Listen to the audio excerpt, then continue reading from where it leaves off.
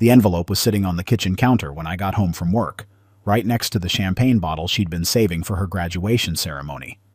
My wife handed me divorce papers the same day she became a doctor. Not the day after, not a week later, the exact same day. While her colleagues were toasting her success at the hospital reception, I was standing in our kitchen staring at legal documents that ended 12 years of marriage. My name is David Garrison. I'm 38 years old and I spent the last decade working as a logistics coordinator for a shipping company, pulling double shifts and weekend hours so my wife could focus on medical school without worrying about bills. Her name was Dr. Rebecca Garrison now, though I guess she'd be going back to Dr. Rebecca Stone soon enough. She'd worked hard for that title, no question about it. But what she didn't work for was the family she was about to throw away like yesterday's newspaper. The champagne bottle sweated condensation onto Telltales, the granite countertop we'd picked out together 5 years ago, back when we were still partners. Back when we still said we instead of I in every conversation. "David, I need you to sign these," Rebecca said, not quite meeting my eyes. She was still wearing her white coat from the hospital, the one with her name embroidered in navy blue thread. Dr. Rebecca Stone. She'd insisted on keeping her maiden name professionally. At the time, I thought it was about her career identity. Now I understood it was about having an exit strategy. I picked up the papers and flipped through them without really reading. Legal jargon blurred together on pages that had obviously been prepared weeks ago, maybe months. This wasn't a spontaneous decision. This was calculated, planned, timed perfectly for maximum efficiency. Very doctor-like, actually. "When did you have these drawn up?" I asked, keeping my voice level. She fidgeted with her stethoscope, wrapping it around her fingers like she always did when she was uncomfortable. "Does it matter?" "It matters to me." Rebecca sighed, the kind of exasperated sound you make when someone's asking unnecessary questions. 3 months ago, I was waiting for the right time. 3 months. While I was working 60-hour weeks to pay off the last of her student loans. While I was telling my boss I couldn't accept the promotion because it would mean relocating and Rebecca's residency was here.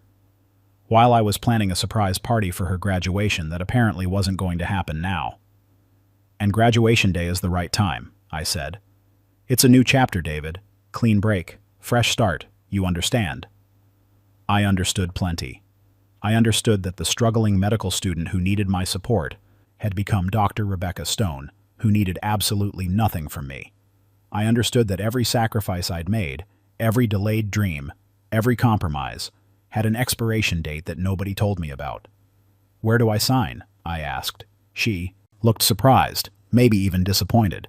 Like she'd been expecting a fight, some big dramatic scene she could use to justify her decision later. But I wasn't going to give her that satisfaction. I signed every page without reading them. My signature looked steady, clear, just David Garrison doing what needed to be done. When I slid the papers back across the counter, Rebecca stared at them like she couldn't quite believe it was this easy. "That's it?" she said. "You're not going to ask why? You're not going to try to fix things?" I looked at my wife, really looked at her, and saw a stranger wearing familiar features. "What's there to fix, Rebecca? You made up your mind months ago. I'm just catching up." She opened her mouth like she wanted to say something, then closed it again. I could see the calculation in her eyes, the same look she got when she was working through a difficult diagnosis. She'd expected resistance. My cooperation was throwing off her script. I should go. "Pack," I said, heading toward the stairs. "Where are you going?" "Does it matter?" Rebecca didn't answer. She just stood there in her white coat, holding those signed divorce papers like a diploma she'd earned, while I walked upstairs to dismantle 12 years of shared life. If you're finding this story valuable, if it's making you think about sacrifice and relationships, and what we really owe each other, please hit that subscribe button and leave a comment below sharing your thoughts. Let me know if you've ever felt taken for granted in a relationship. Your engagement helps me bring you more stories like this one.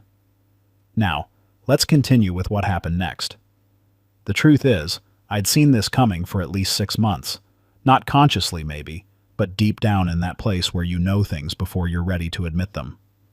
Rebecca had been pulling away gradually, like someone backing out of a room hoping nobody notices their exit. It started with small changes. She stopped asking about my day. Her phone conversations moved from the living room to closed doors. She developed new interests, new friends from the hospital, people she never quite introduced me to. When I suggested we plan a vacation after her graduation, something we'd been talking about for years, she'd say maybe, in a tone that clearly meant no.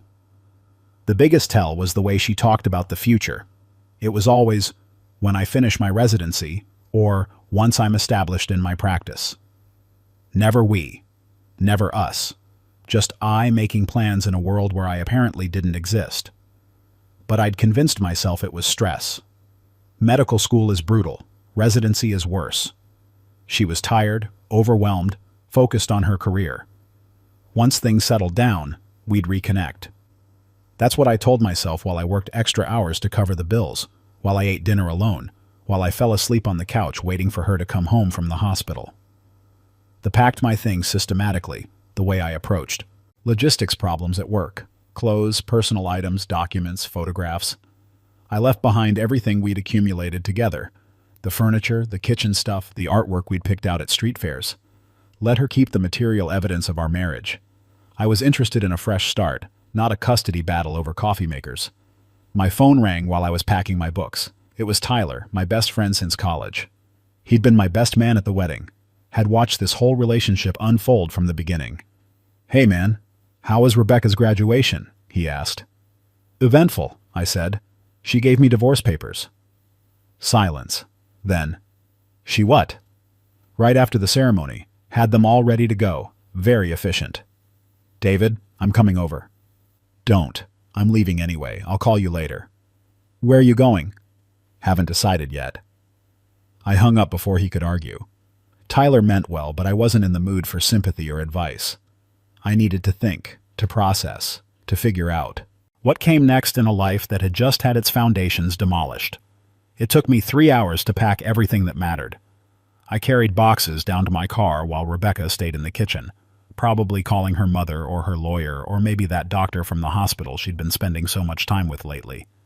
Dr. Nathan Pierce, thoracic surgeon, divorced, handsome in that silver fox way that made nurses giggle. I'd met him twice at hospital events, both times walking away with the distinct impression that he knew my wife better than I did. When I carried down the last box, Rebecca appeared in the doorway. "David, we should talk about the logistics, the house, the accounts, visitation schedule." "Visitation schedule?" I nearly laughed. "Rebecca, we don't have kids. What exactly am I visiting?" She had the decency to look embarrassed. "I meant, when you want to pick up mail or whatever." "Forward my mail. Keep the house. Keep everything. I don't want any of That's not practical. We need to divide assets properly." "Fine. Your lawyer can send the paperwork. I'll sign whatever you want, but right now, I'm done." I loaded the last box into my car and took one final look at the house we'd bought together when Rebecca was in her 3rd year of medical school. We'd been so excited that day, talking about the future, about filling those bedrooms with kids, about growing old together on that front porch. All of it was fiction, apparently. A story she'd let me believe until she didn't need me anymore. "David," Rebecca called from the doorway as I got into my car. "I hope you know this isn't personal." I started the engine and looked at her through the windshield. "Everything about marriage is personal, Rebecca. That's the point." I drove away from that house, that life, that version of myself who'd believed that love and sacrifice meant something. The rear-view mirror showed Rebecca standing in the doorway, already pulling out her phone to call someone. Probably Dr. Pierce, telling him it was done. The deadweight had been cut loose. I drove for 3 hours before pulling into a motel parking lot somewhere outside the city limits. The Budget Inn, $49 a night, the kind of place where the carpet was older than my marriage. It would do for now. I carried my boxes inside, unpacked enough to function, and sat on the edge of the bed staring at nothing. My phone buzzed with texts, Tyler asking where I was, my mother wanting to know if Rebecca had liked the graduation present she'd sent, my boss asking if I was still planning to come in Monday. I turned the phone off and lay back on the scratchy bedspread, listening to muffled television sounds from the next room. For 12 years, I'd defined myself through Rebecca, supported her dreams, adjusted my life around her schedule, made her success my primary goal. And I'd done it willingly, even enthusiastically, because I believed we were building something together. A partnership where sometimes one person carries more weight so the other can achieve their dreams, Then you switch roles and build each other up in turn. Except we never got to the switching roles part. The moment Rebecca didn't need me anymore, I became disposable. I must have fallen asleep because when I opened my eyes again it was dark outside and my phone was buzzing angrily on the nightstand. I'd turned it back on without remembering doing so. 17 missed calls from Rebecca. 23 text messages, each one more frantic than the last. The first few were practical. We need to discuss the house insurance. Did you take the spare car keys? Your mother called. What should I tell her? Then they shifted tone. David, this is childish. Call me back. We're adults. We can handle this maturely. You can't just disappear? The last one sent 20 minutes ago. David, please, we need to talk. I made a mistake. I stared at that message for a long time. Part of me wanted to call her back, to hear what she had to say, to maybe find out this was all a misunderstanding. But I knew better. Rebecca hadn't made a mistake. She'd made a calculated decision that no longer served her purposes now that I'd actually left, instead of begging for another chance. I turned the phone off again and went back to sleep. The next morning I woke up with absolute clarity about what I was going to do next. I'd been postponing my own life for so long that I'd forgotten I even had dreams that didn't revolve around being Rebecca's support system. My logistics company had been trying to promote me for 2 years. The position was in Seattle, managing West Coast operations, significant raise, real responsibility. I'd turned it down because Rebecca's residency was here. Well, Rebecca's residency was her problem now. I made 3 phone calls. First, to my boss accepting the Seattle position. Second, to Tyler asking him to sell my car and ship me the cash. Third, to a lawyer. Tyler recommended, instructing him to handle the divorce proceedings without requiring my physical presence for anything.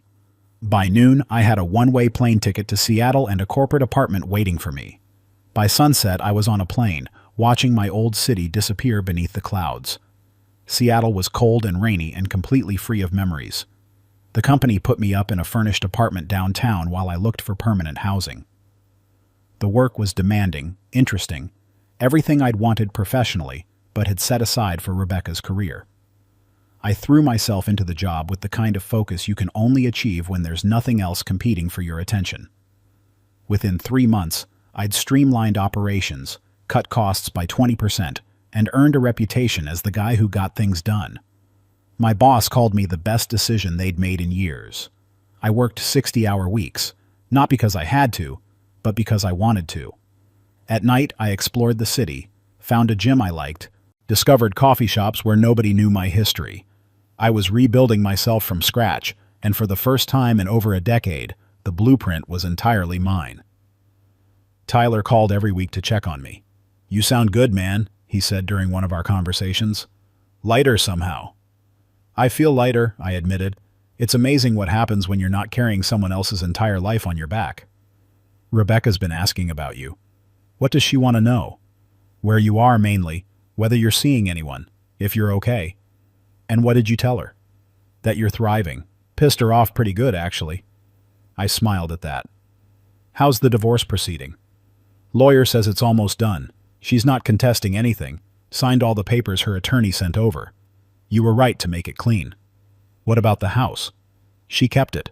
And she's got Dr. Pierce living there now, according to social media." That should have hurt. But it didn't.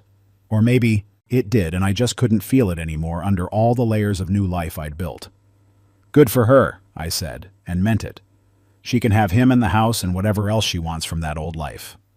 "You're really done with her, aren't you?" "I was done with her the moment she handed me those papers, Tyler. I just hadn't admitted it yet." 3 years passed like that. 3 years of building a career, exploring a new city, becoming someone I'd forgotten existed underneath all those years of being Rebecca's husband.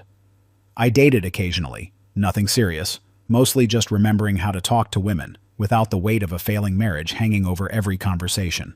I made new friends through work, through the gym, through a recreational baseball league I joined on a whim.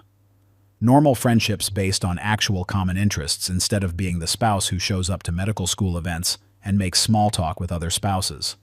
The divorce was finalized 6 months after I left. The lawyer sent me copies of all the documents, officially ending what had unofficially ended the day Rebecca decided her new life didn't include me. I signed them in my Seattle apartment, looking out at the Space Needle, feeling nothing but relief that the paperwork finally matched reality. I bought a house in Fremont, a neighborhood full of artists and coffee shops and people who didn't care about your past. Fixed it up myself on weekends, learning carpentry from YouTube videos, discovering I actually enjoyed working with my hands. The house became my project, my investment in a future that belonged entirely to me. Tyler visited once, staying for a long weekend where we mostly drank good beer and talked about everything except Rebecca. On his last night, sitting on my back deck watching the sunset, he said, "You know she's been trying to find you, right?" I took a long drink of my beer. "Why?" "No idea. But she's been asking around. Called your old office. Tracked down your mother, even sent me a Facebook message last month." "What did you tell her?" "That you moved on and I didn't have current contact information, which is technically true since you changed your number." I had changed my number specifically to avoid situations like this. The past was the past. There was no reason to leave doors open for people who'd made it clear they wanted out. "If she contacts you again," I said, "tell her the same thing. I'm fine, I've moved on, and I'd prefer to be left alone." "Will do," Tyler said. Then, after a pause, "You really never think about her?" "Sometimes," I admitted, "but not in the way you mean. More like thinking about a movie I watched once that didn't end the way I expected. It happened to someone, but it doesn't really feel like it happened to me anymore." That was the truth. David Garrison, who'd been married to Rebecca Stone, felt like a different person. Someone I used to know but had lost touch with. The current version of me, living in Seattle, running West Coast operations, fixing up a house in Fremont, he was an entirely separate individual. Then, 3 years and 2 months after I'd driven away from that house, my phone rang with a number I didn't recognize. I almost didn't answer, but something made me pick up. "David?" Rebecca's voice hit me like cold water. "Oh my God, you answered. I've been trying to reach you for months. Why did you change your number? Why did you disappear completely?" I leaned back in my desk chair, watching rain streak down my office window. "Rebecca, how did you get this number?" "Hospital records. You listed this as your emergency contact for something. David, we need to talk." "We don't need to do anything. We're divorced. What could we possibly need to talk about?" "About us. About what happened. David, I made a mistake. A huge mistake." I'd imagined this conversation 1,000 times in that first year after leaving. Imagined what I'd say, how I'd react, whether I'd feel vindicated or bitter or triumphant. But now that it was actually happening, I felt mostly nothing. Maybe a little tired. "Rebecca, it's been 3 years. I know, and I've thought about you every single day. About what I did, what I threw away. Dr. Pierce and it didn't work out. Actually, nothing's worked out. I keep trying to move forward, but everything feels wrong because you're not there. That's not my problem anymore. David, please, just listen for a minute.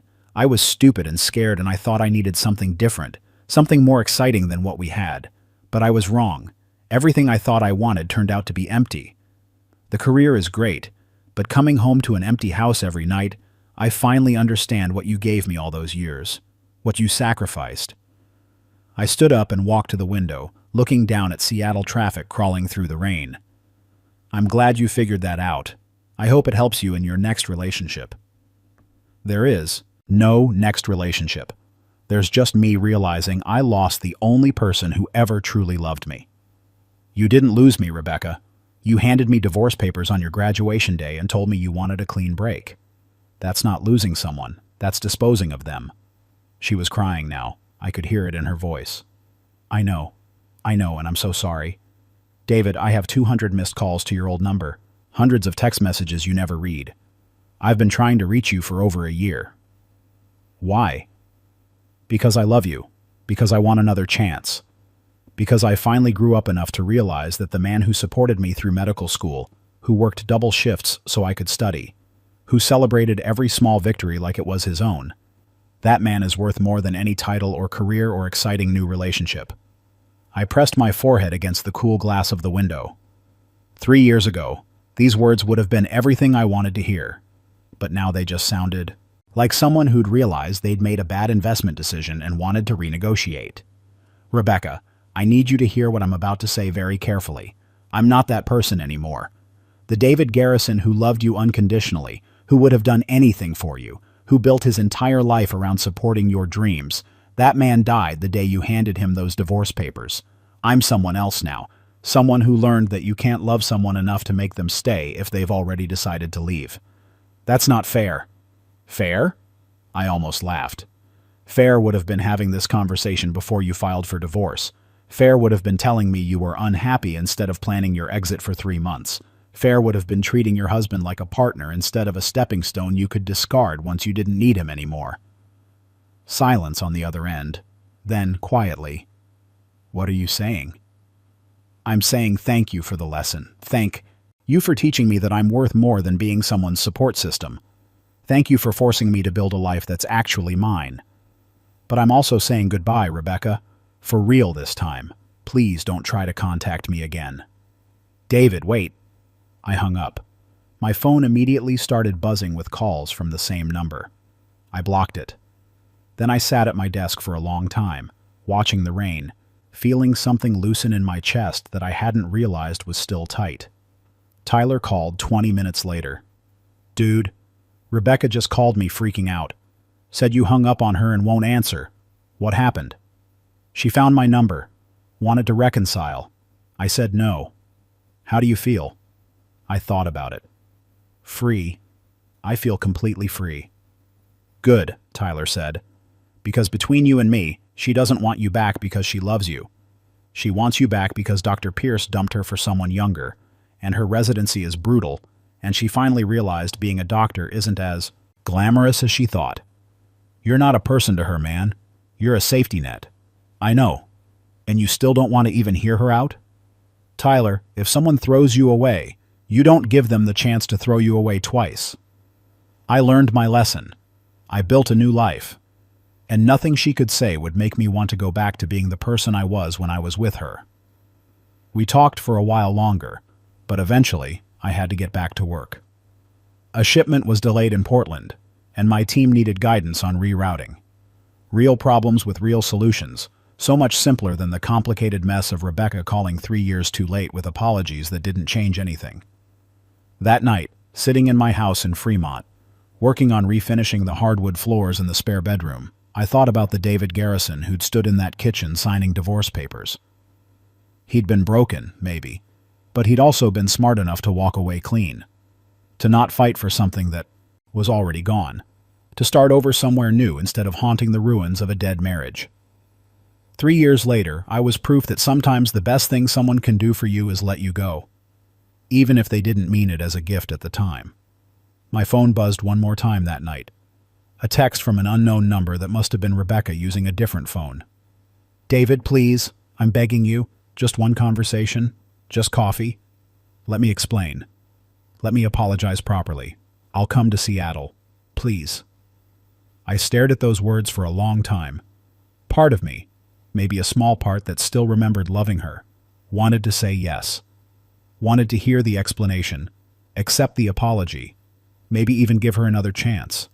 But the bigger part, the part that had learned and grown and rebuilt itself over 3 years, knew better.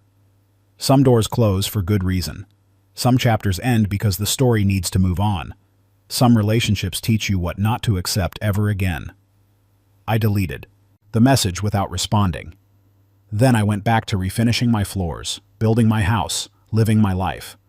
The life that Rebecca's divorce papers had accidentally given me permission to create. Sometimes the worst thing that happens to you turns out to be the best thing that could have happened. You just have to be willing to walk away and find out what comes next. If this story resonated with you, if you've learned something about self-worth and knowing when to walk away, please take a moment to like this video and share it with someone who might need to hear it. Leave a comment below about a time when losing something turned out to be the beginning of something better. Your stories inspire these videos, and I read every single comment.